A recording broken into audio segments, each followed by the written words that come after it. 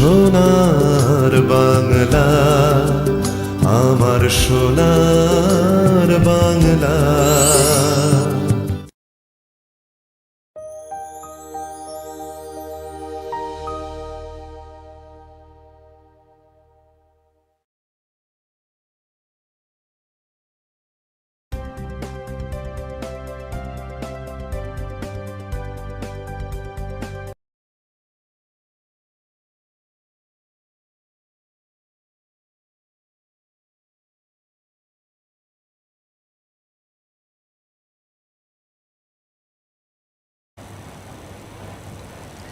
নমস্কার বন্ধুরা, শুরু করছি হ্যালো ডাক্তারবাবু অনুষ্ঠান। এবং এই অনুষ্ঠান এবার থেকে আপনারা কিন্তু এই চ্যানেলের মাধ্যমে দেখতে পাবেন। বন্ধুরা, বর্তমান যুগে দাঁড়িয়ে আমরা কেউই কিন্তু বলতে পারি না যে আমরা সম্পূর্ণভাবে সুস্থ। এবং পারস্পরিক আলোচনায় যখন আমরা মগ্ন থাকি তখন এই কথাটাই মনে হয় বারবার উঠে আসে যে প্রত্যেকটা পরিবারে মাসের শেষে একটা বড় টাকার অংশ খরচ হচ্ছে ডাক্তারবাবু বা মেডিসিনের পিছনে। এটা কিন্তু প্রত্যেকেই আমরা ফিল করি। আর বর্তমান যুগে এই জিনিসটাও আমরা ভীষণভাবে ফিল করি যে হার্টের যে পেশেন্ট তার কিন্তু সংখ্যা দিনে দিনে বর্ধিত হচ্ছে। তাই আজকে আমরা আলোচনা করব একেবারে হার্ট সংক্রান্ত বিষয় নিয়ে। আর সেই বিষয় নিয়ে আলোচনা করবার জন্য আমরা পেয়ে গেছি বিশিষ্ট ডাক্তারবাবুকে, ডক্টর বিয়াস সামন্ত, MBBS MD, DM cardiology, consultant interventional cardiologist. এবং সবথেকে যেটা বড় কথা, তিনি রয়েছেন আমাদের সাথে। সত্যি আমরা অত্যন্ত নিজেদেরকে আর কি গর্বিত বলে মনে করছি, কারণ আপনি নিজে একজন কার্ডিওলজিস্ট এবং সার্জেনও, অর্থাৎ তিনি কিন্তু অপারেশনও করে থাকেন। সমস্তটা আমরা ডিটেলসে শুনবো, কিন্তু তার আগে আসুন ডাক্তারবাবুকে আমাদের মধ্যে আমরা স্বাগত জানাচ্ছি।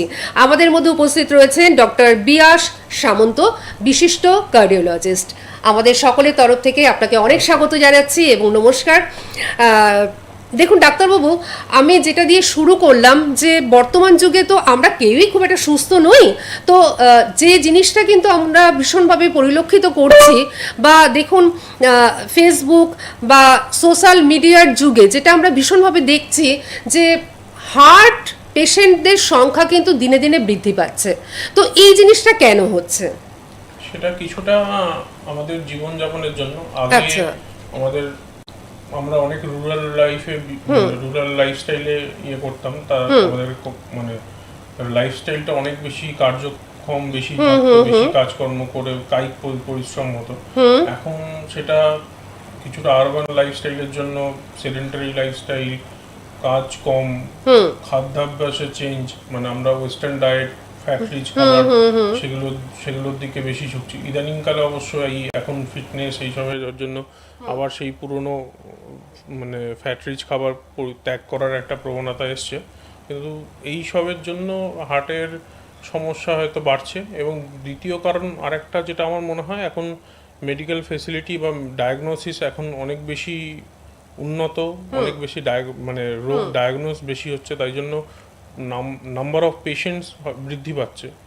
সেটাও একটা বড় কারণ যে হার্ট অ্যাটাক মানে হার্টের রোগের সংখ্যা বৃদ্ধি পাচ্ছে। হয়তো আগে যে পরিমাণ হার্টের সমস্যা হতো তার ডায়াগনোসিস হয়তো পার্সেন্টেজ অফ ডায়াগনোসিস হয়তো অত বেশি হতো না, সেই জন্য আমাদের কাছে সেই নাম্বারটা অতটা রিভিলড হতো না। এখন সেইটা গ্রামাঞ্চলে সব জায়গায় এখন মোটামুটি ডায়াগনস্টিক ফ্যাসিলিটি এসে যাওয়াতে সেটাতে মানে আপনি বলছেন যে আগে মানুষ এতটাও সচেতন ছিলেন না যে তারা নিজেকে একটু পরীক্ষা করাবেন, বা এই ধরনের পরীক্ষাগুলো ভীষণ ইম্পর্টেন্ট প্রত্যেকের জীবনে, হয়তো সেই অপশনই ছিল না, সেই অপশনটাই তাদের কাছে ছিল না। কারণ উনি যে বললেন যে ডায়াগনোসিস সেন্টারগুলোই তখন এতটা অ্যাভেলেবেল কিন্তু ছিল না, যেটা এখন গ্রামে গ্রামে ছড়িয়ে গেছে। আরেকটি কথা আপনি যেটা বললেন সেটাও ঠিক, যে অ্যাক্টিভিটিস কিন্তু মানুষের ভীষণ কমে গেছে, এবং তার জন্যই কিন্তু এই জিনিসটা মানে বর্ধিত পাওয়ার একটা চান্সেস রয়েছে। আর যে কথাটা মানে আপনাকে বলবো সেটা হচ্ছে যে বর্তমান যুগে না, মানে আমরা হার্ট অ্যাটাকের সংখ্যাটা কিন্তু খুব বেশি দেখতে পাচ্ছি। এটা কি সোশ্যাল মিডিয়ার জন্য দেখতে পাচ্ছি, নাকি আগেও এরকম হতো? এটা কিন্তু একটা প্রশ্নের মুখে। তো আপনি একটু ক্লিয়ার করুন। না, ওই যেটা বললাম যে হার্ট অ্যাটাকের সংখ্যা ডেফিনেটলি বেড়েছে, কারণ আমাদের খাদ্যাভ্যাস চেঞ্জ হয়েছে, আমাদের লাইফস্টাইল চেঞ্জ হয়েছে। সেটাতে সমস্যা হচ্ছে, আমাদের অ্যাথেরোস্ক্লেরোসিস হওয়ার চান্স বেশি, আমাদের স্ট্রেস অনেক এখন বেশি। হয়তো আগেকার দিনে আগেকার লোকজন যতটা ভালো ঘুমোতেন বা সেইটা আমাদের স্লিপিং সাইকেলটাও এখন অনেক বেশি ডিস্টার্ব, সেটার জন্য হার্ট অ্যাটাকের সংখ্যা ডেফিনেটলি মানে মাত্রা ডেফিনেটলি বৃদ্ধি পেয়েছে। এটা নিয়ে কোনো মানে সন্দেহের কোনো অবকাশ নেই। আচ্ছা, এই প্রসঙ্গে আমি একটু আপনাকে জিজ্ঞেস করি যে এখন কিন্তু কোনো বয়স মানছে না, তাই না? কারণ আমরা দেখতেই পাচ্ছি যে খুব অল্প বয়সে মানুষ কিন্তু হার্ট অ্যাটাকের শিকার হচ্ছেন। তো এই জিনিসটা কি আগেও ছিল নাকি এখন আমরা দেখতে পাচ্ছি বেশি? না, মানে হার্ট অ্যাটাক বলতে যেটা মানে সাধারণত অল্প বয়সে যেটা হয় সেটাকে আমরা বলি সাডেন কার্ডিয়াক ডেথ। আচ্ছা, মানে হঠাৎ করে হার্টের কোনো কারণের Stop জন্য হয়ে যাওয়া। মৃত্যু। আচ্ছা, সেটার কারণ খুঁজতে গেলে আমরা যদি একটু ভাগ করে বলি যে লেস দ্যান 35 ইয়ার্সে মোস্ট লাইকলি সেটা হার্টের জন্য নয়, সেটা মানে হার্ট অ্যাটাকের জন্য নয়, সেটা বিভিন্ন কারণ হতে পারে। একটা হাইপারট্রফি কার্ডিওমায়োপ্যাথি বলে একটা জিনিস হয়, সেটা হচ্ছে হার্টের মাসেল মোটা হয়ে যাওয়ার জন্য হঠাৎ করে তাতে অ্যারিথমিয়া হয়ে হার্ট অ্যাটাক হওয়ার মৃত্যুর চান্স থাকে। আচ্ছা। অথবা অ্যারিথমিয়া জনিত long QT syndrome, short QT syndrome বা অ্যারিথমোজেনিক রাইট ভেন্ট্রিকুলার হাইপারট্রফি, মানে এগুলো কনজেনিটাল রোগের কারণে হার্টের মানে সাডেন কার্ডিয়াক ডেথ হওয়ার চান্স বেশি। মোর দ্যান 35 ইয়ার্সে most common cause of sudden cardiac death সেটা হার্ট অ্যাটাকই বটে। আচ্ছা আচ্ছা। তো আমাদের তো প্রচুর প্রশ্ন রয়েছে এবং দর্শকদেরও প্রচুর প্রশ্ন রয়েছে, তো সেক্ষেত্রে আমাদের মধ্যে বন্ধু রয়েছেন, আমরা একটু দেখে নিই। আর দর্শক বন্ধুরা, আপনারা সরাসরি ফোন করুন বলে যে নাম্বারটি রয়েছে সেই নাম্বারে ফোন করুন ডাক্তারবাবুর সাথে কথা বলবার জন্য। এই মুহূর্তে দেখে নিই আমাদের মধ্যে কে রয়েছেন। হ্যালো। নমস্কার। হ্যাঁ, নমস্কার। ম্যাডাম, আমি একটু ডক্টরবাবুর সাথে কথা বলতে চাই। হ্যাঁ হ্যাঁ, নিশ্চয়ই। আমার নাম হচ্ছে রাজা। আচ্ছা। তো অ্যাকচুয়ালি রাজা সেন। অ্যাকচুয়ালি আমি মানে আমার এজ জাস্ট 54 ইয়ার্স। আচ্ছা। তো আমি রিসেন্টলি একটু আমার মনে হয় শ্বাসকষ্ট বা একটু আচ্ছা। আমি একটু ওয়ার্ক করলে হাঁপিয়ে যাচ্ছি। তা আমার মনে হচ্ছে যে আমার বোধহয় হার্টটা দুর্বল হচ্ছে বা কিছু, মানে আমি অনেকটা কমজোরি হয়ে যাচ্ছি। তা আমি একটু জানতে চাই ডাক্তারবাবু, আমি তো দীর্ঘদিন ধরে খুব ওয়ার্ক করতাম, তো একটু ওয়ার্ক করলে আমি হাঁপিয়ে যাচ্ছি, হার্টের দুর্বলতা বা কিছু বেশ। আচ্ছা। এটা অনেক কটা কারণেই হতে পারে। মানে মানে জেনারেলি লোকে হাঁপায় দুটো তিনটে কারণে। একটা হচ্ছে হার্টের জন্য হতেই পারে, দ্বিতীয় হচ্ছে কোনো পালমোনারি কজ মানে ফুসফুসের কোনো সমস্যা থাকলে সেটার জন্য মানে শ্বাসকষ্ট হতে পারে, তৃতীয় কোনো রকম হিমোগ্লোবিন কম, অ্যানিমিয়া, এটাও কিন্তু খুব কমন কজ অফ মানে এই শর্টনেস অফ ব্রেথ, মানে আমরা এটাকে বলি শর্টনেস অফ ব্রেথ, হাঁটাচলা করলে যে হাঁফিয়ে যাওয়ার প্রবণতা। এর মানে তার সাথে যখন আপনি হার্টকে কখন অ্যাসোসিয়েট করবেন, যখন হাঁটাচলার সাথে হাঁপিয়ে যাওয়ার সাথে বুকে সেন্ট্রাল চেস্ট পেন হচ্ছে বা বুকে চাপ ধরছে, যেটাকে আমরা অ্যানজাইনা বলি, বা হাঁটলে এইগুলোর সাথে অতিরিক্ত ঘাম হচ্ছে এবং বসে পড়লে সেটা কমে যাচ্ছে, এগুলো থাকলে আপনাকে ডেফিনেটলি হার্টের চেক আপ করানো উচিত। সেটা কি পদ্ধতি? প্রথমে আমার মনে হয় একজন অভিজ্ঞ ডাক্তারবাবুকে দেখান। দ্বিতীয়, উনি যে টেস্টগুলো দেবেন সেগুলো করা, ইসিজি, ইকো, দরকার হলে ট্রেডমিল টেস্ট বা সিটি করোনারি এনজিও করে দেখা যেতে পারে। সেগুলোর মাধ্যমে তৃতীয় মানে সেগুলো তো হবে, কিন্তু আমার মনে হয় প্রথম হিস্ট্রি এবং ফিজিক্যাল মানে এক্সামিনেশনটা খুব দরকার। সেই জন্য অভিজ্ঞ ডাক্তারবাবুর কাছে পরামর্শ নিন, উনি নিশ্চয়ই আপনাকে সাহায্য করতে পারবেন। আমার মনে হয় যে উনি যেটা বললেন সেটা আপনি নিশ্চয়ই করুন, অর্থাৎ একজন অভিজ্ঞ ডাক্তারবাবুর পরামর্শ নিন এবং তিনি কার্ডিওলজিস্ট হলেই ভালো হয়, তাই তো? নাকি জেনারেল ফিজিশিয়ান, কার্ডিওলজিস্ট যে কোনো একজন আমার মনে হয় একজনকে দেখে নিলে আপনি কিন্তু বেটার রেজাল্ট পাবেন। আচ্ছা, আমি একটু দর্শক বন্ধুদের বলে দিই যে ডাক্তার বাবুর সঙ্গে যারা যোগাযোগ করবেন সেক্ষেত্রে দেখুন কন্ট্যাক্ট বলে যে নাম্বারটি রয়েছে এই নাম্বারটি সকলে নোট ডাউন করে নিন 9007006608 এই নাম্বারে আপনারা অবশ্যই ফোন করবেন ডাক্তারবাবুর সঙ্গে যোগাযোগ করবার জন্য, অর্থাৎ বুকিং নাম্বার এটা অবশ্যই আপনারা কিন্তু লিখে রাখুন। আচ্ছা, এবার ডাক্তারবাবুর কাছে আসি। আচ্ছা, অনেকগুলো প্রশ্ন তো উঠে আসলো, তো এর মাঝখানে স্ট্রেস, অ্যাংজাইটি, ডিপ্রেশন এগুলোও কিন্তু উঠে আসে, তাই না? তো এই জিনিসগুলো বা ধরুন অপর্যাপ্ত একটা ঘুমটা ঠিক মতন হচ্ছে না, তো এই সমস্ত কারণেও কি হার্টের কোনো সমস্যা হতে পারে? হ্যাঁ, মানে আমাদের মানে হার্ট অ্যাটাকের রিস্ক ফ্যাক্টর বলতে আমরা তিনটে আগে বলতাম কনভেনশনাল রিস্ক ফ্যাক্টর। সেটা কি কি? একটা হচ্ছে হাইপারটেনশন, ডায়াবেটিস, স্মোকিং, আর কিছু ক্ষেত্রে ফ্যামিলি হিস্ট্রি থাকলে সেটাকে তার হার্ট অ্যাটাকের চান্স বেশি। রিসেন্টলি স্ট্রেস এবং অ্যাংজাইটি যাই বলছেন সেটাকে অ্যাজ এ রিস্ক ফ্যাক্টর হিসেবে দেখা হচ্ছে, কারণ শুধু স্ট্রেস একা আসে না, স্ট্রেসের সাথে অনেক কিছু আসে, যেমন তার সাথে অপর্যাপ্ত ঘুম, তার সাথে স্মোকিং, সেডেন্টারি লাইফস্টাইল, এগুলো আসে, যেগুলো অ্যাথেরোস্ক্লেরোসিস মানে যেটা হার্ট অ্যাটাকের মেন বিষয়, যে কিছু হার্টের রক্তনালীতে কোলেস্টেরল জমে হার্টের রক্তনালী ব্লক করে, সেগুলো চান্স বাড়ায়। তাছাড়াও অতিরিক্ত স্ট্রেস থাকলে যেটা হয় নিউরো হরমোনাল অ্যাক্টিভেশন, মানে সিম্প্যাথেটিক স্টিমুলেশন হওয়ার জন্য অতিরিক্ত হার্টের মানে উচ্চ রক্তচাপ মানে হাইপারটেনশন হওয়ার চান্স থাকে, হুইচ ইজ এগেন একটা one of the risk factors for মানে heart attack. So stress important একটা রিস্ক ফ্যাক্টর এখন বলাই যায়, মানে অন্তত এই পরিবর্তিত মানে আধুনিক জীবনে। একেবারেই তাই। আচ্ছা, অনেক প্রশ্ন না মাথায় আসছে, কারণ দেখুন আপনি যে কথাগুলো বলছেন প্রত্যেকটি কথার ভিতর দিয়ে এমন এমন কিছু উঠে আসছে সেগুলো সম্বন্ধেই প্রশ্ন করতে ইচ্ছে করছে। তো কোলেস্টেরলের কথা যখন আপনি বললেন, আমরা সাধারণ মানুষরা আমরা জানি যে কোলেস্টেরলের সঙ্গে হার্টের একটা সম্পর্ক রয়েছে, তো এই বিষয়টা আপনি একটু যদি ক্লিয়ার করে দেন, কারণ আমরা ওই এইচডিএল আর এলডিএল এইটুকুই জানি, এই বেশি কিছু জানি না, তো সুতরাং আপনি যদি একটু ক্লিয়ার করে দেন। ওই যেটা বললেন এইচডিএল, এইচডিএল আমরা বলি good cholesterol, LDL bad cholesterol. শুধু তাছাড়াও আরো অনেক কিছু ব্যাড কোলেস্টেরল আছে, যেমন এখন ইয়াং পেশেন্টদের ক্ষেত্রে দেখা যায় যে লাইপোপ্রোটিন এগুলো খারাপ, এবং শুধু LDL is not a good marker. মানে অবভিয়াসলি মানে শুধু একমাত্র মার্কার হওয়া উচিত নয়, নন এইচডিএল কোলেস্টেরল সেটাও দেখা দরকার।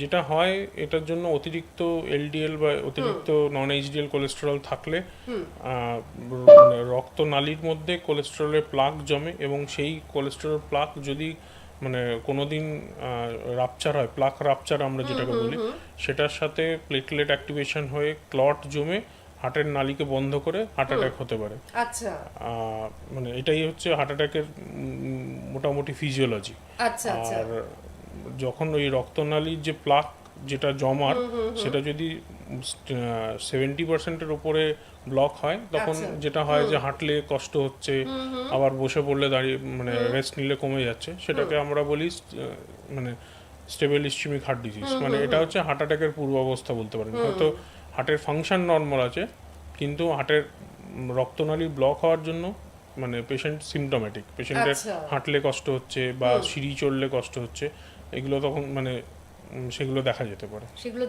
পারে। মানে হার্ট সংক্রান্ত এত প্রশ্ন মানুষের মনে রয়েছে, আমার মনে হচ্ছে যে সেইগুলো নিয়ে আমি যদি একটু তাদের প্রতিনিধি হয়ে আপনাকে বলি। যেরকম কোলেস্টেরলের কথা আমরা শুনলাম, তো আপনি বলুন যে এই কোলেস্টেরলের লেভেলটা তার মানে সবসময় ঠিক রাখাটা ভীষণভাবে জরুরি, সেটা কি ওষুধের মাধ্যমে নাকি শারীরিক কসরতের মাধ্যমে বা যোগার মাধ্যমে? না, মানে প্রথম যেটা আমরা বলি prevention is better then cure. Prevent করাটা খুব দরকার, মানে শুধু প্রথমেই ওষুধের থেকে আগে শারীরিক কসরত বা এক্সারসাইজ, রেগুলার এক্সারসাইজ, সেগুলো তাছাড়া হচ্ছে ইম্পর্টেন্ট হচ্ছে ডায়েট। যেমন এলডিএল এর ক্ষেত্রে ডায়েটের অতটা ভূমিকা, মানে এলডিএল কমানোর ক্ষেত্রে ডায়েটের অতটা ভূমিকা নেই, কিন্তু ট্রাইগ্লিসারাইড যেটা আরেকটা আমি আসছিলাম ট্রাইগ্লিসারাইড নিয়ে, সেটার ক্ষেত্রে সেটা কমানোর ক্ষেত্রে ডায়েটের বিশাল ভূমিকা আছে। মানে আমরা যদি রেড মিট কম খাই, কোলেস্টেরল মানে ডিমের কুসুম যেটা মানে খুবই কোলেস্ট্রল রিচ ফুড বা অতিরিক্ত তেল মশলাযুক্ত খাবার কম খাই, তাহলে মানে ট্রাইগ্লিসারাইড কিন্তু আমরা অনেকটাই কমিয়ে ফেলতে পারি। আচ্ছা, যাদের ট্রাইগ্লিসারাইড রয়েছে এরকম আমার মনে হয় যে যারা দর্শক বন্ধু রয়েছেন অনেকে দেখছেন যাদের ট্রাইগ্লিসারাইড রয়েছে, তো তারা কিন্তু একটু খাওয়াটাকে কন্ট্রোল করতেই হবে, কারণ উনি কিন্তু বললেন যে এক্ষেত্রে কিন্তু ওষুধ তো খাবেনই, পাশাপাশি ওষুধ তো কিন্তু obviously। খাওয়াটাকে কন্ট্রোল করতেই হবে অন্তত হার্ট অ্যাটাকটা এড়াবার জন্য। কারণ হার্ট অ্যাটাক এখন সত্যি ভীষণভাবে মানে আমাদেরকে একটা ভয় দেখিয়ে ফেলেছে আর কি, এমন ব্যাপার। খাওয়া দাওয়ার প্রসঙ্গ যখন এলোই তখন আরেকটি প্রশ্ন এই মুহূর্তে মাথায় আসছে ভোজ্য তেল নিয়ে। অনেকেই বলেন যে আচ্ছা আমি প্রশ্নটা পরে করছি, একটা ফোন নিয়ে নি। হ্যাঁ, হ্যালো। হ্যাঁ নমস্কার, কে রয়েছেন? নমস্কার, বলুন। বিকাশ মাঝি বলছি। বিকাশ মাঝি, কোথা থেকে বলছেন? আমি লেখক। আচ্ছা, আপনি কি জানবেন বলুন। বলছি শুধু আপনি মানে অন্য একটা প্রশ্ন ছিল। হ্যাঁ হ্যাঁ বলুন না। বলছি আমরা এটা কোনো কখনো বুঝছিলাম যে কখনো কত উঠে যাচ্ছে, এখন ওষুধ খাচ্ছি। আপনি ওষুধ খাচ্ছেন কিসের জন্য একটু জোরে বলুন। শুনতে পাওয়া যাচ্ছে না। আমার প্রেশারটা না আমার ফ্ল্যাকচুয়েট করছে, কখনো প্রেসারটা ফ্ল্যাকচুয়েট করছে। আচ্ছা। হ্যাঁ হ্যাঁ। হুম। তো এটা কি হার্ট কার্ডিওলজিস্টকে দেখাতে হবে না আপনি নরমাল যে আচ্ছা আচ্ছা, খুব ভালো প্রশ্ন, খুব ভালো প্রশ্ন। আচ্ছা, আপনি প্রেসারের ওষুধ খান? হ্যাঁ ওষুধ খাই, কিন্তু তারপর তো খুব একটা স্টেবল থাকি না। আচ্ছা, মানে ফ্ল্যাকচুয়েশনটা হয়েই যাচ্ছে। হ্যাঁ হ্যাঁ হ্যাঁ। ঠিক আছে, ডাক্তারবাবু বলে দিচ্ছেন আচ্ছা, কত মানে এজটা?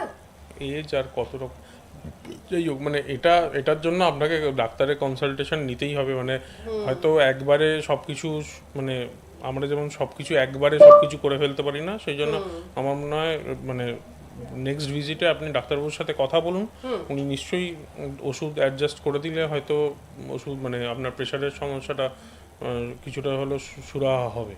ঠিক ঠিক আছে, আছে, দরকার আপনি হলে একটু, এখন প্রেশারের অনেক রকম ওষুধ বেরিয়েছে, দরকার হলে আমরা যেটা বলি পলিফার্মাসি, মানে অনেক কটা ওষুধ একসাথেও স্টার্ট করা যায়। আচ্ছা। তাতে মানে অনেক ক্ষেত্রে রেজিস্ট্যান্ট হাইপারটেনশন যেগুলো মানে একটা দুটো ওষুধে কমে না বা তিনটে চারটে ওষুধ লাগে, সেক্ষেত্রে হয়তো আপনার সেরকমই কিছু হয়েছে, সেই জন্য সেগুলোর জন্য একটু ডাক্তারবাবুকে পরামর্শ করুন, আমার মনে হয় আপনার সমস্যার সমাধান হয়ে যাবে। মানে এটা এখান থেকে কিন্তু সম্ভব নয়, একটু ডাক্তারবাবুর পরামর্শ আপনাকে চেম্বারে গিয়ে কিন্তু নিতে হবে। আচ্ছা, পরবর্তী ফোন আমরা নিশ্চয়ই নেব। তার আগে যে প্রশ্নে আমি ছিলাম যে খাওয়া দাওয়ার ব্যাপারে, এই ভোজ্য তেলের ব্যাপারে না বিভিন্ন মানুষের মনে বিভিন্ন ধরনের বিভ্রান্তি রয়েছে। কেউ বলেন যে সর্ষের তেল সেটাই মনে হয় ভীষণ ভালো, আবার কেউ বলেন যে না না সূর্যমুখী তেল বা অন্যান্য যে বীজ থেকে তেলগুলো উৎপন্ন হয় সেই তেলগুলো খুব ভালো। তো আপনি একটু বলুন কোন তেলটি আমাদের খাওয়ার পক্ষে ভালো, মানে হার্টের পক্ষে ভালো? মানে কোন তেল খাওয়া ভালো সেটা আমি বলতে পারবো না, তবে যেটা বলার যে আমরা তেলের গুণাগুণ সম্পর্কে যেটা দেখি, আমরা দেখি পুফা, মানে PUFA poly unsaturated fatty acid কোন তেলে বেশি আছে, মোনো আনস্যাচুরেটেড ফ্যাটি অ্যাসিড বা ট্রান্স ফ্যাট কোন তেলে কম আছে। আচ্ছা। তো সেই ক্ষেত্রে সেরকম দেখতে গেলে extra virgin olive oil, sunflower oil, safflower oil, even আমাদের মাস্টার্ড অয়েল যেগুলো সর্ষের তেল, এগুলোতে পলি আনস্যাচুরেটেড ফ্যাটি অ্যাসিড কিন্তু যথেষ্ট মাত্রায় আছে, মানে যেটাকে পুফা বলা হয়, পুফা শর্ট ফর্ম। এবং কোন তেলগুলো একটু অ্যাভয়েড করা উচিত, নারকোল তেল জেনারেলি ওই মোনো আনস্যাচুরেটেড ফ্যাটি অ্যাসিড কম বেশি আছে, মুফা যেগুলো অতটা লাভদায়ক নয়, তাই জন্য নারকেল তেলটা আমরা জেনারেলি অ্যাভয়েড করা উচিত। তবে এরকম নয় যে কোন মানে এই তেল খাবো আর ওই তেল খাবো না। আচ্ছা, তার মানে এই যে ইদানিং আবার একটা কথা উঠেছে যে না খাঁটি সরষের তেল খাওয়াটাই বেটার, যদিও আমরা কতটা খাঁটি পাচ্ছি সেটা সন্দেহের অবকাশ রাখে আর কি। যেটা আমার মনে হয় যে তেলের পরিমাণটাকে লিমিট করা, যেটা মানে বলে যে 20 to 30 ml পার ডে, মানে 4 to 6 টিস্পুন তেল মানে ফর ওয়ান ইন্ডিভিজুয়াল, মানে একজন 4 থেকে 6 teaspoon, table spoon, not table spoon, teaspoon, মানে এমনি সাধারণ যে চামচ তার 4 থেকে 6 সেটার মধ্যে রেস্ট্রিক্ট করে রাখতে পারলে ভালো। দ্বিতীয় যেগুলো ভাবা উচিত যে বাইরের মানে অতিরিক্ত মানে যেগুলো ডবল ফ্রাইড আইটেম, মানে বারবার একই জিনিস ভাজা, সেটার ক্ষেত্রে তেলের গুণাগুণ নষ্ট হয়। তেল বারবার গরম করলেও তাতে ওই পলিআনস্যাচুরেটেড ফ্যাটি অ্যাসিডগুলো ভেঙে ট্রান্স ফ্যাট তৈরি করে সেগুলো অ্যাভয়েড করা। দ্বিতীয় হচ্ছে ডালডা, যেগুলো ডালডা, মানে হাইড্রোজেনেটেড ফ্যাট যেগুলো, সেগুলোতে প্রচুর পরিমাণ ট্রান্স ফ্যাট থাকে, সেগুলো অ্যাভয়েড করা। এইগুলো করলেই মনে হয় ঠিক থাকবে। সুতরাং শুধু তেলের ওপর ফোকাস না করে প্রপার ডায়েট, যেমন মেডিটেরিয়ান ডায়েট আমরা বলি, মানে অতিরিক্ত মানে বেশি করে ফল, বেশি করে নাটস, ওয়ালনাট, আলমন্ড এগুলো খাওয়া, তাতে আপনার যথেষ্ট পরিমাণে পুফা পাবেন। এবং দ্বিতীয় হচ্ছে তেলের পরিমাণটাকে রেস্ট্রিক্ট করা। কোন তেল খাবো না, মানে এটা খাবো ওটা খাবো না, এটা করার দরকার নেই। সব তেলই খান, মিক্স করে খান, তেলের মানে কম করে খান। আচ্ছা, মানে সব তেলই খান, সেটা হোয়াইট অয়েল হোক বা সেটা আমাদের সরষের সানফ্লাওয়ার তেলই অয়েল, হোক। হ্যাঁ, সর্ষের তেল, rice bran oil, groundnut oil, যেগুলো আমরা বাজারে পাই, সবই চলতে কিন্তু পারে সেটাকে আমাদের পরিমিত পরিমাণে, অর্থাৎ উনি তো বলেই দিয়েছেন 4 থেকে 6 চামচ ইন্ডিভিজুয়ালি, মানে এক একজনের ক্ষেত্রে। আচ্ছা, ফোন রয়েছে, আমরা একটু নিয়ে নিই ডাক্তারবাবু। হ্যালো, হ্যালো, নমস্কার। হ্যালো, কেউ রয়েছেন আমাদের সঙ্গে? বলছিলাম হ্যাঁ হ্যাঁ, আরেকবার বলুন। আমি জামশেদপুর থেকে বলছিলাম, জামশেদপুর থেকে, হ্যাঁ হ্যাঁ বলুন। টাটানগর। তো অ্যাকচুয়ালি আমি স্পোর্টসম্যান ছিলাম টাটা কোম্পানি। আচ্ছা, হুম, তো আমি না মানে খেলা ছাড়ার পরে আমি চাকরি করি। আচ্ছা, এবং আমি এখন একটু আমার মনে হয় আমার শ্বাসকষ্ট বা আমার ধরুন আমি একটু হাঁপিয়ে যাচ্ছি, দৌড়ঝাঁপ করে বেশি আমি হাঁপিয়ে যাচ্ছি। গরমে একটু ফুটবল খেলেছিলাম, বুঝতে পেরেছেন? আপনি ফুটবল খেলতেন? আচ্ছা, হ্যাঁ, হুম, আমি চাকরি করতাম টাটা কোম্পানিতে, এখনো করি।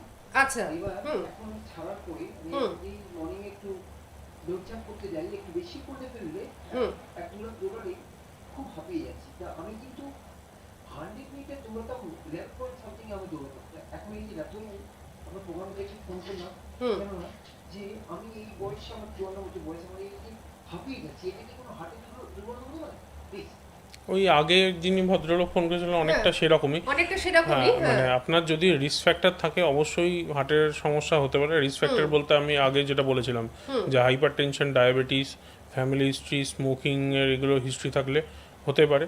তবে আপনি অ্যাথলিট ছিলেন, আশা করা যায় যে আপনি সুস্থ শরীরের অধিকারী, হয়তো সেটা নয়।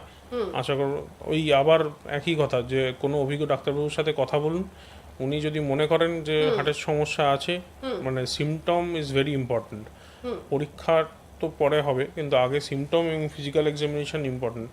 হাঁপানো আপনার ফুসফুসের কারণেও হতে পারে, আপনার রক্তাল্পতার কারণেও হতে পারে, হার্টের জন্যও হতে পারে অবশ্যই। সেটা কোনো ডাক্তারবাবুকে আগে পরীক্ষা করান। উনি যদি মনে করেন তাহলে উনি সেরকম টেস্ট, ব্যাটারি অফ টেস্ট দেবেন। সেই টেস্টগুলো করলে আশা করি আপনার মানে আপনি বুঝতে পারবেন যে আপনার হার্টের সমস্যা আছে কি নেই। আমার মনে হয় যিনি ফোন করলেন, টাটানগর থেকে উনি ফোন করলেন, আপনাকে বলছে এবং সমস্ত দর্শক বন্ধুদের জন্য বলছে যে এই অনুষ্ঠান কিন্তু ইউটিউবের মাধ্যমেও লাইভ দেখতে পাচ্ছেন আপনারা, ফেসবুকের মাধ্যমেও লাইভ দেখতে পাচ্ছেন আপনারা। আর এই অনুষ্ঠানগুলো কিন্তু ইউটিউবে থেকে যাচ্ছে, আপনারা পরে কিন্তু সার্চ করলে এই অনুষ্ঠান আবারও আপনারা দেখতে পাবেন। এবং ডাক্তারবাবু যে মূল্যবান পরামর্শগুলো দিচ্ছেন, এই পরামর্শগুলো আবারও বা বারবার আপনারা কিন্তু শুনতে পারবেন। আচ্ছা, এবার একটা প্রশ্নে যাই, সেটা হচ্ছে যে অনেক সময় বা বেশিরভাগ ক্ষেত্রেই দেখা যায় যে বুকে ব্যথা হলো বা বুকে একটা ধড়পড়ানি অনুভব হলো, তো মানুষ তখন কি করেন, মানে ম্যাক্সিমাম মানুষ তখন কি করেন, একটা গ্যাসের ব্যথা ভেবে একটা কোনো অ্যান্টাসিড খেয়ে নেন। তো এটা কতদূর যুক্তিযুক্ত, এটা আপনি একটু বলুন। এবং এটা কি এই যে ব্যথা করা, এই ব্যাপারটা কি সত্যিই গ্যাসের ব্যথা নাকি এটা হার্টের কোনো ব্যাপার, সেটা মানুষ বুঝবেন কি করে? আচ্ছা, আমরা একটা ফোন নিয়ে তারপর আমরা আলোচনায় যাচ্ছি। হ্যালো, একটা ইম্পর্টেন্ট কোয়েশ্চেন কিন্তু ডাক্তারবাবুকে করেছি। হ্যালো, হ্যাঁ নমস্কার, বলুন কে বলছেন? হ্যাঁ বলুন।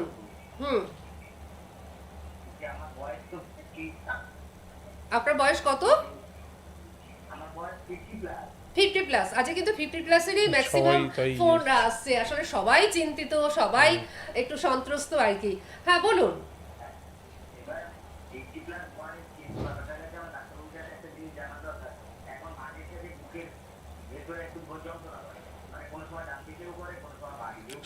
সেটা কি হাঁটাচলা করলে হয় নাকি এমনি?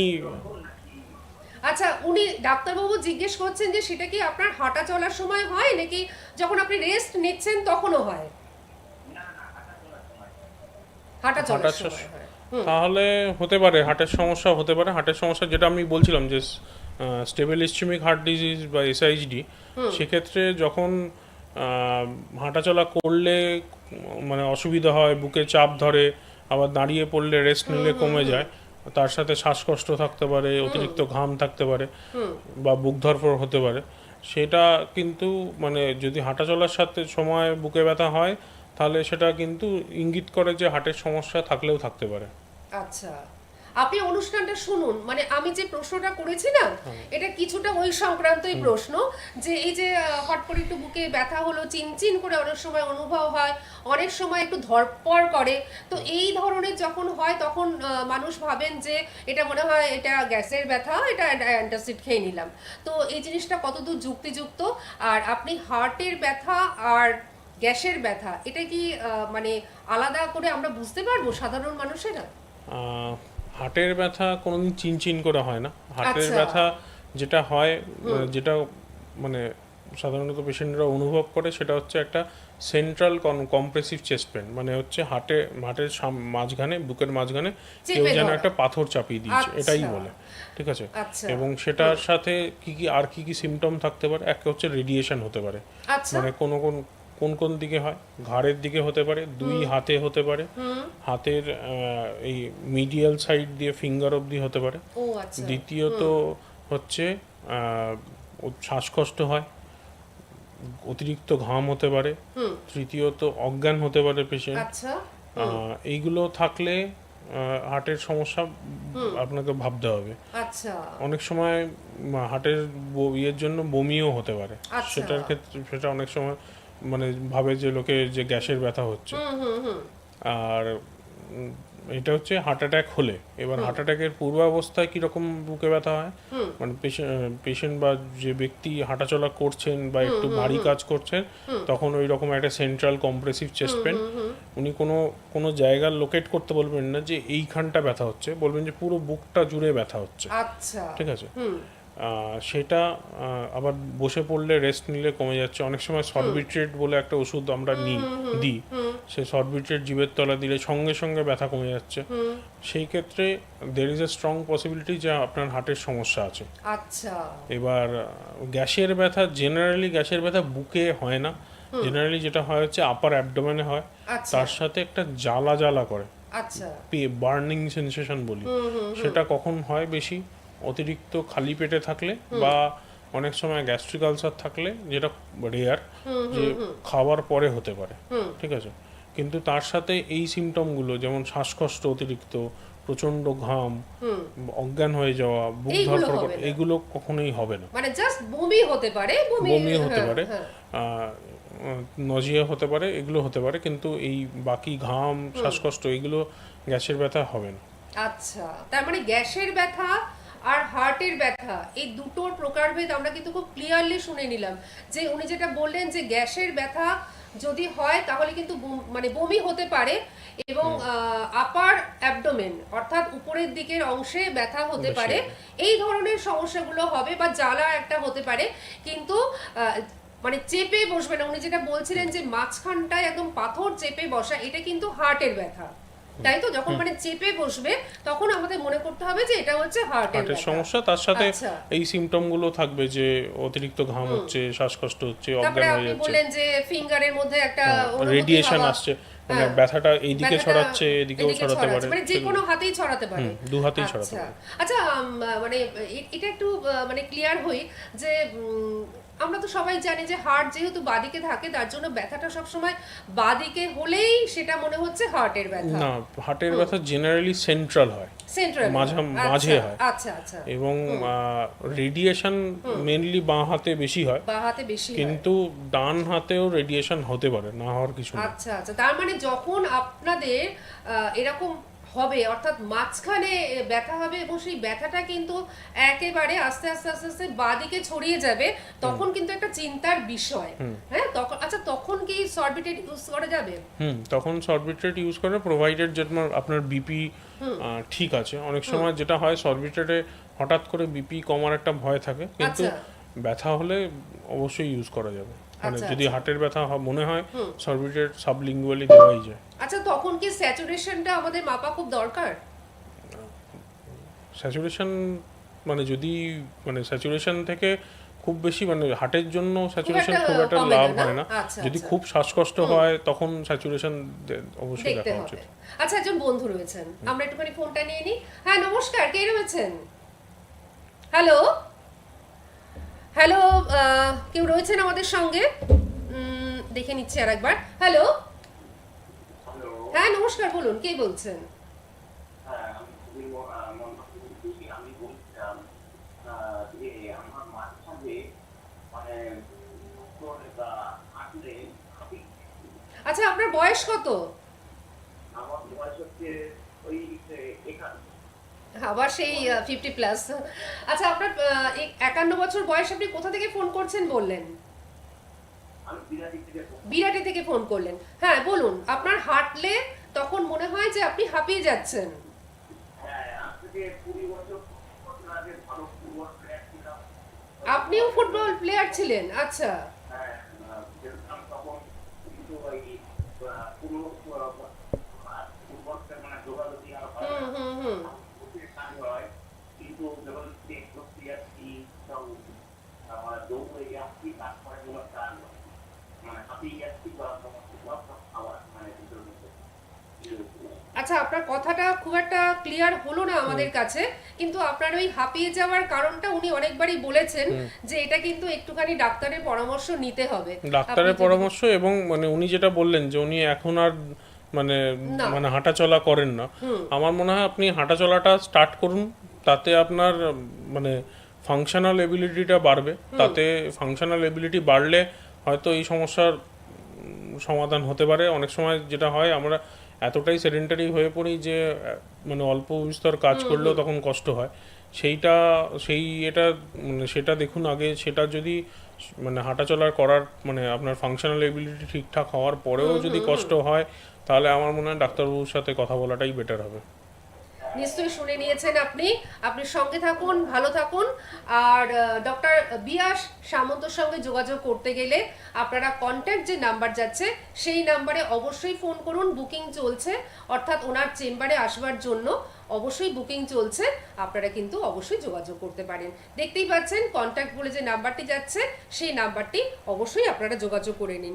আমি বলেও দিচ্ছি 9007006608, 9007006608। এবারে যে প্রশ্নটি নিয়ে আসছি, এই প্রশ্নটিও কিন্তু আমাদের সাধারণ মানুষদের একটা বদ্ধমূল ধারণা। সেটা হচ্ছে যে পুরুষদের মধ্যে হার্ট অ্যাটাকটার সম্ভাবনা বেশি, নারীদের ক্ষেত্রে কিন্তু নয়। এটা কতদূর যুক্তিযুক্ত? না, কিছুটা সত্যি, কারণ নারীদের ক্ষেত্রে যেটা মানে মেনোপজাল ফেজে যেটা ওনাদের ইস্ট্রোজেন হরমোনটার জন্য আচ্ছা আচ্ছা। ওনাদের ক্ষেত্রে অ্যাথেরোস্ক্লেরোসিস হওয়ার বা হার্ট অ্যাটাক হওয়ার চান্সটা কিন্তু অনেকটাই কম। তবে পোস্ট মেনোপজাল মানে মেনোপজ হওয়ার পরে হ্যাঁ। তখন যখন যে হরমোনাল চেঞ্জটা হয় সেটাতে ইস্ট্রোজেনটা কমে, প্রোজেস্টেরন বাড়ে। সেক্ষেত্রে দেখা যায় যে হার্ট অ্যাটাক হওয়ার প্রবণতা নারী পুরুষ প্রায় সমান ও সেক্ষেত্রে। আচ্ছা আচ্ছা, মানে এখন মানে যেটা আপনি বললেন যে আফটার মেনোপজ কিন্তু তখন নারী পুরুষদের হার্ট অ্যাটাক হওয়ার চান্স চান্স অলমোস্ট একদম সমান হয়ে যাচ্ছে। তার মানে 50 to 60, মানে এটা একটা কি ডেঞ্জার পিরিয়ড আমরা ধরতে পারি? হ্যাঁ, 50 to 60 ডেঞ্জার পিরিয়ড। কারণ একটাই কারণ হচ্ছে মানে এই সময় মানে লাইফস্টাইলও অনেক ক্ষেত্রে অ্যাক্টিভ থেকে সেডেন্টারির দিকে যায়। প্লাস হচ্ছে এই মানে মহিলাদের ক্ষেত্রে মেনোপজটাও একটা বিশাল বড় হরমোনাল চেঞ্জ ডেভেলপ করে। সেই জন্য সেটা অবভিয়াসলি একটা মানে ডেঞ্জার পিরিয়ড তো বটেই। আচ্ছা, আপনি কি সাজেস্ট করবেন, এটা আমি সবার ক্ষেত্রেই বলছি, যে হার্ট অ্যাটাক যাতে না হয় তার জন্য মানে প্রিকশন হিসেবে আপনি কি সাজেস্ট করবেন? প্রিকশন হিসেবে যেটা আমাদের হাতে আছে, দেখুন মানে হার্ট অ্যাটাকের ওই আবার রিস্ক ফ্যাক্টরস বলতে ওই 4টে: প্রেশার, সুগার, স্মোকিং মানে কোনো অ্যাডিকশন, আর হচ্ছে ফ্যামিলি হিস্ট্রি। আপনার আমার কারোরই মানে হাতে নেই। যেটা আমাদের হাতে আছে সেটা হচ্ছে হাইপারটেনশন, ডায়াবেটিস প্রিভেন্ট করা, যদি হয়ে থাকে সেটাকে ম্যানেজ করা যাতে মানে সেটা কন্ট্রোলে থাকে। ডিসলিপিডিমিয়া মানে কোলেস্টেরল যদি বেশি থাকে সেটার যথাযথ ওষুধ খাওয়া এবং সেটাকে কন্ট্রোলে রাখা। দ্বিতীয়ত রেগুলার এক্সারসাইজ, রেগুলার একটা কন্ট্রোল, Activity-র মধ্যে হ্যাঁ আছে। কন্ট্রোল লাইফস্টাইলে থাকা। আচ্ছা আচ্ছা তৃতীয়ত কোনো অ্যাডিকশানের দিকে না যাওয়াই ভালো, সেক্ষেত্রে হার্ট অ্যাটাকের চান্স বহুগুণ বাড়ে। আমরা যে এখন ইয়াং এএমআই দেখছি, মানে যেগুলো যাদের আমরা বলি 40 বা 45 বছরের নিচে এএমআই, তাদের ক্ষেত্রে ম্যাক্সিমাম হলো 80 to 90% পেশেন্টের কিন্তু একটাই রিস্ক ফ্যাক্টর, সেটা হচ্ছে স্মোকিং। স্মোকিং, হ্যাঁ তো সেইগুলো অ্যাভয়েড করা, যদি বা স্টার্ট করে থাকেন সেগুলো থেকে নিজেকে বিরত রাখা, এইগুলোই মানে যেটা আমাদের হাতে আছে সেটা মানে প্রিকশন হিসেবে এগুলোই আর কি এগুলোই আমাদের করা। হাতে আছে। কিন্তু এটা যদি জেনারেশন ওয়াইজ হয় আর কি, মানে আমাদের যদি ফ্যামিলি হিস্ট্রি ফ্যামিলিতে তো এরকম অবভিয়াসলি হিস্ট্রি থাকে, তাহলে সেটা সেটা তো আমাদের কিছু সেটা করবার নেই, আমাদের যেটা কিছু আমরা করার নেই। করতে তবে পারি। অনেক ক্ষেত্রেই এগুলো ঠিক, মানে এইগুলো কন্ট্রোলে রাখলে অনেক ক্ষেত্রেই আমাদের মানে risk of getting a heart attack in future সেটা কিন্তু অনেকটাই কমবে। আচ্ছা আচ্ছা, তো এই প্রসঙ্গে আর একটা প্রশ্ন করি যে অ্যালকোহল, এটাও তো একটা অ্যাডিকশনের মধ্যে পড়ে, তো অ্যালকোহলও কি ভীষণভাবে ইম্পর্টেন্ট, মানে এটাও ছাড়ানো দরকার? অ্যালকোহল ভীষণভাবে ইম্পর্টেন্ট। অ্যালকোহল মানে পার্সে হার্ট অ্যাটাকের জন্য অতটাও নয়, কিন্তু আমাদের মানে আরও হার্টের সমস্যা, যেমন অ্যালকোহল খুব ইম্পর্টেন্ট হচ্ছে হাইপার টেনশন প্রিভেন্ট করে, মানে অ্যালকোহল খেলে হাইপার টেনশন হওয়ার চান্স খুব বেশি থাকে, বা ডায়াবেটিক হওয়ার চান্স বেশি থাকে, যেগুলো আবার আচ্ছা, সেই আচ্ছা। হার্ট অ্যাটাকের দিকে আপনাকে নিয়ে যেতে পারে। দ্বিতীয়ত অ্যালকোহল বাকি অর্গানগুলোরও ক্ষতি করে, যেমন হচ্ছে মানে অ্যালকোহলের ডাইরেক্ট টক্সিসিটির জন্য লিভারের ক্ষতি করতে পারে, ইভেন হার্টেরও ডাইরেক্ট অ্যালকোহল টক্সিসিটির জন্য ডাইলেটেড কার্ডিওমায়োপ্যাথি বলে একটা আচ্ছা। জিনিস হয়, সেটাতে মানে হার্টের মাসেলকে উইক করে দেয়, হার্টের পাম্পিং ক্ষমতা কমে যায়, আচ্ছা সেটাকে অ্যালকোহলিক মানে ডাইলেটেড কার্ডিওমায়োপ্যাথি হওয়ার চান্স থাকে। সুতরাং মানে এরকম নয় যে মানে স্মোকিং খারাপ অ্যালকোহল ভালো, এরকম নয়, এরকম কোনো দুটোই খারাপ, মানে দুটোই equally সমান মাত্রায় দুটোই খারাপ, কিন্তু মানে যে কোনো অ্যাডিকশনই কিন্তু খারাপ, সেটা হার্টের পক্ষে কেন, সেটা আমাদের বডির পক্ষে, তাই তো? আচ্ছা, আপনি একটু বলুন যে কখন আপনি, মানে আপনি যেহেতু সার্জন, তো না, আমি কখন সার্জেন নই, আমি কার্ডিওলজিস্ট, মানে আমি অ্যাঞ্জিওপ্লাস্টি, পেসমেকার এগুলো করি। আচ্ছা। সার্জেন সিটিভিএস তারা বাইপাস এগুলো করে। আচ্ছা আচ্ছা, আপনি মানে ওপেন হার্ট? না, আমরা হচ্ছে মানে মানে মিনিমাল অ্যাক্সেস যেগুলো করি, মানে অ্যাঞ্জিওপ্লাস্টি, অ্যাঞ্জিওগ্রাফি, পেসমেকার এগুলো। আচ্ছা, কখন পেসমেকারের দরকার হয়? পেসমেকার বলতে যখন আমাদের ইলেকট্রিক্যাল মানে হার্টের ব্লকেজ বলতে আমরা হার্ট ব্লক বলে দিই। হার্ট ব্লক বলতে আমরা দুরকম বলতে পারি, এক হচ্ছে হার্ট অ্যাটাকের জন্য, যেটা বললাম হার্টের আর্টারিতে কোলেস্টেরল জমছে, সেটার জন্য হার্ট অ্যাটাক হচ্ছে। আর একটা হচ্ছে হার্টের ইলেকট্রিক্যাল অ্যাক্টিভিটি, মানে সেটা হচ্ছে আমার আমি হার্ট কখন পাম্প করবে বা কখন ডাইলেট করবে, সেটার একটা ইলেকট্রিক্যাল অ্যাক্টিভিটি হয়, মানে যাতে রিদমিক্যালি হার্টটা পাম্প মানে আচ্ছা। করে, সেই রিদম মানে ইলেকট্রিক্যাল অ্যাক্টিভিটিরও ব্লকেজ হয়, সেটাকে আচ্ছা। ইলেকট্রিক্যাল ব্লকেজ বলে। সেই ক্ষেত্রে পেসমেকার দরকার হয়। কমপ্লিট বা হার্ট ব্লক হলো বা এই ইলেকট্রিক্যাল পাথওয়েগুলো যদি পুরোপুরি বন্ধ হয়ে যায়, তখন হার্টটা জাস্ট মানে দাঁড়িয়ে যায়, বা হার্ট রেট খুব কমে যাচ্ছে, মানে আচ্ছা। আমাদের নর্মাল হার্ট রেট হচ্ছে পালস রেট, যেটা 7 মানে আমরা যেটা বলি 60 to 100 এর মধ্যে থাকে, সেই ইলেকট্রিক্যাল অ্যাক্টিভিটি গন্ডগোল হলে সেটা অনেক সময় হার্ট রেট দেখা যায় 30-40 এরকম চলছে, সেই ক্ষেত্রে পেসমেকার লাগে। এর সিমটম কি হয়? সিমটম জেনারেলি হচ্ছে সিনকোপ বা অজ্ঞান হয়ে যাওয়া, আচ্ছা, মানে হঠাৎ করে পেশেন্ট অজ্ঞান হয়ে যাচ্ছে, আবার কিছুক্ষণ সেটা কি পর দীর্ঘক্ষণের জন্য? না, হার্টের অজ্ঞান হয়ে যাওয়াটা মেনলি অজ্ঞান মানুষ দুটো কারণে হয়, সেটা হচ্ছে হার্টের কোনো সমস্যার জন্য অথবা ব্রেনের কোনো সমস্যার জন্য। আচ্ছা, ব্রেনের সমস্যার ক্ষেত্রে অজ্ঞান হলে, মানে যখন খিঁচুনি হলো তারপরে ব্রেনের কারণে অজ্ঞান হলে, সেক্ষেত্রে অনেকক্ষণ অজ্ঞান থাকতে পারেন। আচ্ছা, মানুষের কনফিউশন থাকে যে হ্যাঁ আমি কোথায় আছি বুঝতে পারবে না, তার সাথে হচ্ছে টাং বাইট হতে পারে, ইউরিন পাস করে ফেলতে পারে, এগুলো। হার্টের অজ্ঞান হওয়া হচ্ছে ক্ষণিকের জন্য, আচ্ছা, কয়েক সেকেন্ডের জন্য অজ্ঞান হবে, মানে যেটাকে আমরা পজ দেওয়া বলি, হ্যাঁ, সেরকম? মানে আচ্ছা। কিছুক্ষণের জন্য অজ্ঞান হবে, which will be preceded by a blackout, মানে চোখটা অন্ধকার হয়ে গেল, Blackout হয়ে পড়ে গেলেন, আবার কিছুক্ষণ পর উঠে বসে পড়লেন, মানে সেটা কয়েক সেকেন্ড কয়েক সেকেন্ডেরই হয়। ও আচ্ছা। তার সাথে কোনো কনফিউশন থাকবে না পেশেন্টের, মানে উঠে হ্যাঁ আমি এখানে আছি, এই চেনা লোক, আচ্ছা। মানে কোনো কনফিউশন বা কিছু থাকবে না, কোনো অ্যাবনর্মাল মানে কিছু নেই। সমস্ত মানে কোনো অ্যাবনরমালিটি ভাইটালিটি থাকবে না, সবটাই উনি মনে করতে পারবেন এবং কিন্তু যেটা যেটা হয়েছে হবে সেটা কয়েক সেকেন্ডের জন্য হবে। এবং সেটাও উনি মনে করতে পারবেন না, মানে সেইভাবে না যে সেটা আমার কিছু বলতে পারবেন হয়েছিল। যে মানে আমি পড়ে আচ্ছা। গেলাম, অজ্ঞান হয়ে গেলাম, কিন্তু তারপরে মানে ওনার যে কোনো কনফিউশন থাকবে বা খিচুড়ির মতো হবে, টাং বাই মানে জিভ কামড়ে ফেলছেন বা এইসব কিছু কিন্তু বা হঠাৎ করে আপনি পরিবেশটাকে আপনার যেন কেমন বুঝতে পারছেন লাগছে, না, বুঝতে পারছেন সেরকম না, থাকার সেই কথা না। জিনিসটা হবে না। না।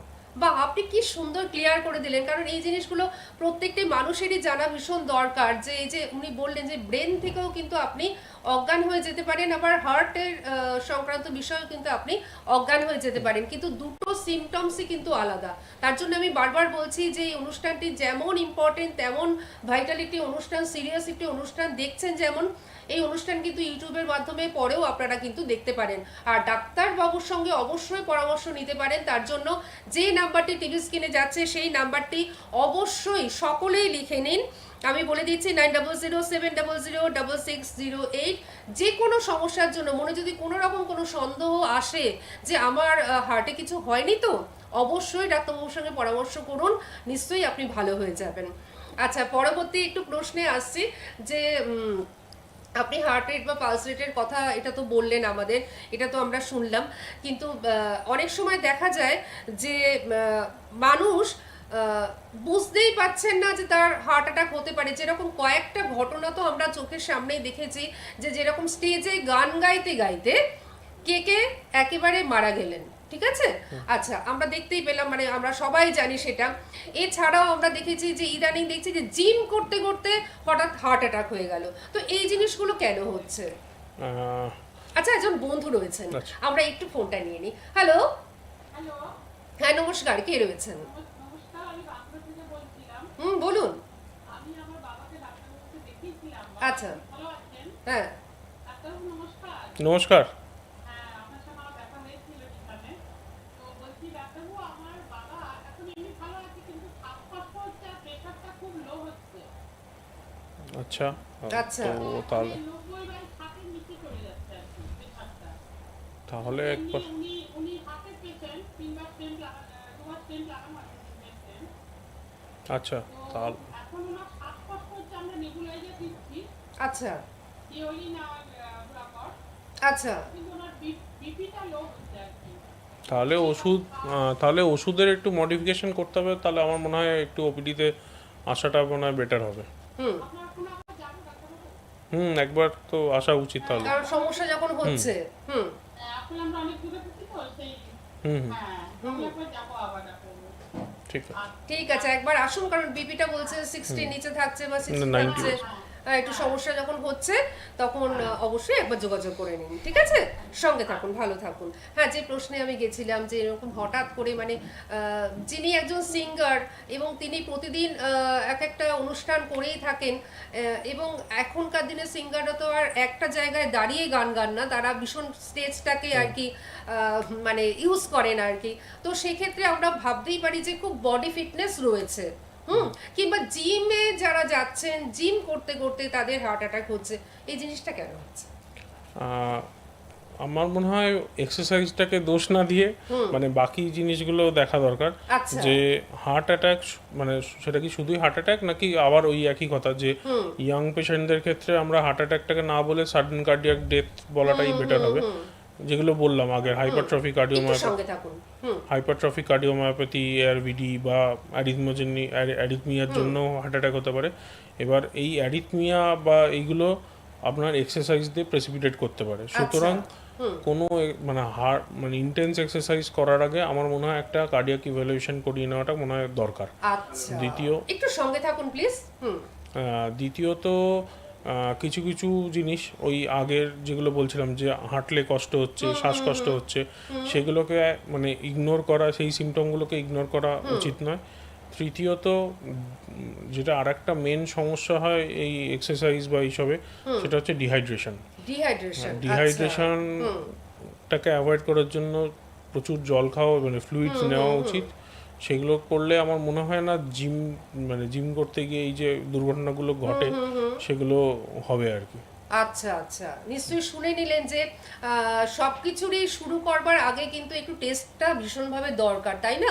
মানে একটা শুধু শুধু ইভ্যালুয়েশন করে নেওয়া দরকার যে মানে আমি ঠিক আছি কিনা, মানে আমার মানে আমার এমনি কোনো পক্ষে এটা উপযুক্ত কোনো কিনা। কনজেনিটাল কোনো সমস্যা আছে কিনা, বা আমার হার্টের কোনো মানে চরিত্রগত কোনো সমস্যা আছে কিনা, আচ্ছা সেটা একটা দেখে নেওয়া আর কি। আচ্ছা আচ্ছা, আপনি এক একটা করে কথা বলছেন আর আমার এক একটা প্রশ্ন আর কি মনের মধ্যে চলে আসছে। এই যে চরিত্রগত কথাটি বললেন, তো সেক্ষেত্রে আমার একটা প্রশ্ন নিশ্চয়ই রয়েছে, কিন্তু একজন বন্ধু রয়েছেন, আমরা একটুখানি নিয়ে নিই। হ্যালো, হ্যালো, হ্যাঁ নমস্কার, কে রয়েছেন বলুন। হ্যাঁ আমি বর্ধমান থেকে বলছি। বলুন। হ্যাঁ বলছি যে আমার যে ভাগ্নি আছে, হুম সে খুবই ছোট, মানে 2 মাস বয়স আর কি। তার হার্টে একটা ছোট ফুটো আছে। আচ্ছা, তো এইটার মানে এইটা পরবর্তী ক্ষেত্রে কি কোনো সমস্যা করতে পারে? কি আছে মানে ডায়াগনোসিস কিছু আছে, মানে মানে ফুটো ফুটো যে রয়েছে, হ্যাঁ করেছে, হ্যাঁ ইকোকার্ডিওগ্রাফি করা হয়েছে। না না, মানে আমি বলছি যে এএসডি আছে না ভিএসডি আছে না পিডি আছে, মানে অনেক রকম সমস্যা থাকতে পারে সেটা। সেটা মানে তো বলতে পারবো না। আচ্ছা আচ্ছা, সেটা ডিপেন্ড, মানে দেখুন আমার মনে হয় যে 2 মাস বয়সে সমস্যা মানে এমনি কোনো আপনার সমস্যা কিছু হয় মানে মানে স্বাভাবিক মানে দুধ টুধ খেতে বা যখন খাওয়া মানে খেতে টেতে কোনো অসুবিধা হয় বা অতিরিক্ত মানে শ্বাসকষ্ট। যখন জ্বর হয় তখন ওই কাঁপতে কাঁপতে মানে মুখটা নীল হয়ে যায়। ও আচ্ছা আচ্ছা, তাহলে মানে সেটা এবার দেখতে হবে মানে কি আছে, মানে আমি শুধু এই এটা তো না, তবে হ্যাঁ হতেই পারে একটা কনজেনিটাল হার্ট ডিজিজ থাকলে পরবর্তীকালে সমস্যা হতে পারে। যেটা করা উচিত, পেডিয়াট্রিক কার্ডিওলজিস্ট যারা যারা আছেন, যারা বাচ্চাদের ট্রিটমেন্ট করেন, মানে আমরা হচ্ছে অ্যাডাল্ট কার্ডিওলজিস্ট, তো পেডিয়াট্রিক কার্ডিওলজিস্ট আর তারা শুধু এই বাচ্চাদের এই কনজেনিটাল হার্ট ডিজিজের ট্রিটমেন্ট করেন, তাদের সাথে একটু যোগাযোগ করুন, আমার মনে হয় ওনারা আপনাকে সঠিক দিশা নির্দেশ করতে পারবেন। আপনার বাচ্চা মানে কার বাচ্চা বললেন, আমি সেটা ঠিক যাই হোক, হ্যাঁ ভাগ্নি, তো সেক্ষেত্রে এখন থেকেই আমার মনে হয় যে উনি যেটা হ্যাঁ বললেন যে মানে pediatric- একজনকার ফলো আপে থাকা, সবসময় সবাইকার ইন্টারভেনশন লাগে না, সবাইকার অপারেশন লাগে না, হয়তো দেখা যায় যে বয়স্কার মানে 2 মাস বয়সের পরে সেটা হয়তো 1 বছর পরে বয়সে আচ্ছা। গিয়ে সেটা অনেক সময় বন্ধ হয়ে যেতে ও, পারে। তাই নাকি? এটা আবার হ্যাঁ। নিজে নিজেই রিকভারি হয়ে যেতে হ্যাঁ, পারে? অনেক ক্ষেত্রে হয়। ও আচ্ছা আচ্ছা, সেক্ষেত্রে আমার মনে হয় ফলো আপে থাকাটা খুব দরকার। মানে একজনকার কাছে রেগুলার চেক আপে এবং ফলো আপে থাকলে আপনি মানে আরো নিশ্চিন্ত হতে পারবেন নিশ্চিন্ত আর কি। হবেন, হ্যাঁ। এবং ওনারা ঠিক সময় কখন যদি কিছু অপারেশন করতে হয় সেটা আপনাকে মানে ঠিকঠাক দিক নির্দেশ করে দেবেন। একেবারেই তাই, খুব সুন্দরভাবে উনি কিন্তু বললেন যে পেডিয়াট্রিক যে কার্ডিওলজিস্ট যারা আছেন তাদের কাছে কিন্তু, কারণ উনি তো অ্যাডাল্ট কার্ডিওলজিস্ট, তো পেডিয়াট্রিকও রয়েছে, অর্থাৎ বাচ্চাদের জন্য রয়েছে। আপনি কিন্তু পরামর্শটা নিন, এবং এটা নিজে থেকেও ঠিক হয়ে যেতে পারে। কোন জিনিসটা রয়েছে সেটা কিন্তু মানে স্পেসিফিক্যালি যদি জানা যেত তাহলে উনি বলে দিতে পারতেন আর কি। ঠিক আছে, আপনি অবশ্যই কনসাল্ট করবেন। আচ্ছা, যে প্রশ্নটা আমি করব ভেবেছিলাম, আপনি ফোনটা রেখে দিন, আপনি শুনতে থাকুন।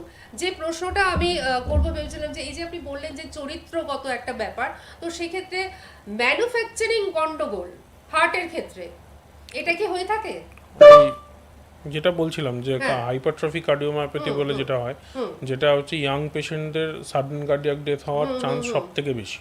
মানে সেক্ষেত্রে হচ্ছে হার্টের মাসেলগুলো, মানে হার্টের যে দেওয়াল, মাসেলের দেওয়াল, সেগুলো একটু বেশি মোটা হয়। ও আচ্ছা তার আচ্ছা, জন্য সেটা হচ্ছে মায়োসাইটের গন্ডগোলের জন্য, যে তার জন্য যেটা হয় আমাদের অ্যারিথমিয়া হওয়ার চান্স বেশি থাকে। মানে আমরা যখন এক্সারসাইজ করি বা কোনো আচ্ছা। স্ট্রেসফুল কোনো জবের মাধ্যমে যাই, সেক্ষেত্রে এইসব পেশেন্টদের অ্যারিথমিয়া হওয়ার চান্স মানে হার্টের রিদমটা উল্টোপাল্টা হয়ে একটা সাডেন কার্ডিয়াক ডেথ হওয়ার চান্স বেশি। আচ্ছা। সেগুলো আমরা সহজেই ইকো করে বা এগুলো করে ডায়াগনোসিস করতেই পারি। হ্যাঁ, সেইটা আমার মনে হয় যে কোনো জিম করার আগে, জয়েন করার আগে এগুলো একটু দেখে নেওয়াটা মনে হয় বেটার। আচ্ছা আচ্ছা, এই প্রসঙ্গে একটা প্রশ্ন করি যে মায়োকার্ডিয়াল ব্রিজ বলে একটি টার্ম আমরা শুনি, তো এই জিনিসটা কতটা ভয়ের? মায়োকার্ডিয়াল ব্রিজ বলতে যেটা হয় মানে আমাদের মানে করোনারি আর্টারি যেগুলো আছে, মানে যেগুলো রক্তনালিকা, যেগুলো দিয়ে আমাদের হার্টের মাসেলের অক্সিজেন সাপ্লাই হয়, আচ্ছা। সেগুলো হার্টের মাসেলের ওপর দিয়ে যায়, মানে এপিকার্ডিয়াল সারফেস দিয়ে যায়, আচ্ছা যাতে মানে হার্টের মাসেল যখন কন্ট্রাকশন হয় তার সাথে হার্টের আর্টারিগুলো যাতে চাপ না পড়ে।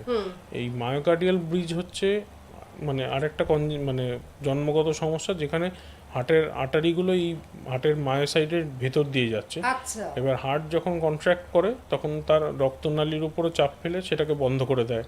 সেই জন্য মানে যেটা মায়োকার্ডিয়াল ব্রিজে হয়, যে ওই একই হাঁটাচলা করলে কষ্ট হতে পারে, কিন্তু জেনারেলি মায়োকার্ডিয়াল ব্রিজ আমরা ওষুধ দিয়ে ম্যানেজ করে থাকি। আচ্ছা তাতে হঠাৎ করে হার্ট অ্যাটাক হয়ে যাওয়ার ভয় থাকে না। বাহ এবার আফটার মানে যদি ওষুধ দেওয়ার পরেও যদি পেশেন্ট সমস্যাটা সিমটোম্যাটিক থেকে যায়, সেক্ষেত্রে আমরা ওই মানে আমরা করি না, এটা কার্ডিয়াক সার্জনরা ওই মায়োক্টমি করে ওই মাসেলটাকে কেটে দিলে তাহলে সেই মায়োকার্ডিয়াল ব্রিজটা ফ্রি হয়ে যায়, অথবা বাইপাসও করা হয় অনেক ক্ষেত্রে, আচ্ছা খুব সিভিয়ার কেসে। খুব সিভিয়ার কেসে। আচ্ছা, প্রশ্ন তো অনেক ছিল, বন্ধুও ছিলেন, কিন্তু আমরা মানে কি বলবো, দুঃখিত যে আমরা আর ফোন নিতে পারছি না, কারণ প্রচুর বন্ধু ছিলেন, হোল্ডে ছিলেন। আমাদের সময়টা একদম শেষ হয়ে গেছে। আমারও আরও অনেক প্রশ্ন ছিল যেগুলো মনের মধ্যে ভিড় করেছিল, সেগুলো নিয়ে আলোচনা আজকে করতে পারলাম না। ডাক্তারবাবুকে নিশ্চয়ই পাবো আবারও, এবং তখন নিশ্চয়ই সেই আলোচনাগুলো নিয়ে আবারও ফিরে আসব। আর আপনারা অবশ্যই ডাক্তারবাবুর সঙ্গে যোগাযোগ করুন। যিনি লাইনে রয়েছেন, সরি লাইনটা মানে আমি মানে যারা ছিলেন আর কি তাদেরকে নিতে পারলাম না। আপনারা 9007006608 9007006608 এই নাম্বারে ডাক্তারবাবুর সঙ্গে অবশ্যই যোগাযোগ করুন, ডাক্তারবাবুর পরামর্শ নিন। যদি কোনো রকম কোনো সমস্যা আপনার মনের ভিতর ভিড় করে এবং আপনাকে ভীত সন্ত্রস্ত করে তোলে, তখন কিন্তু ডাক্তারবাবুর মানে পরামর্শ আপনার কাছে ভীষণ মূল্যবান হবে এবং আপনি ভালো থাকতে পারবেন, নিশ্চিত থাকতে পারবেন। অবশ্যই ডাক্তারবাবুকে আমাদের সকলের তরফ থেকে অনেক অনেক ধন্যবাদ। অনেক কিছু আমরা মূল্যবান তথ্য জানতে পারলাম এবং আপনাদেরও সকলকে জানাচ্ছি অনেক ধন্যবাদ। নমস্কার। সোনার বাংলা, আমার সোনার বাংলা।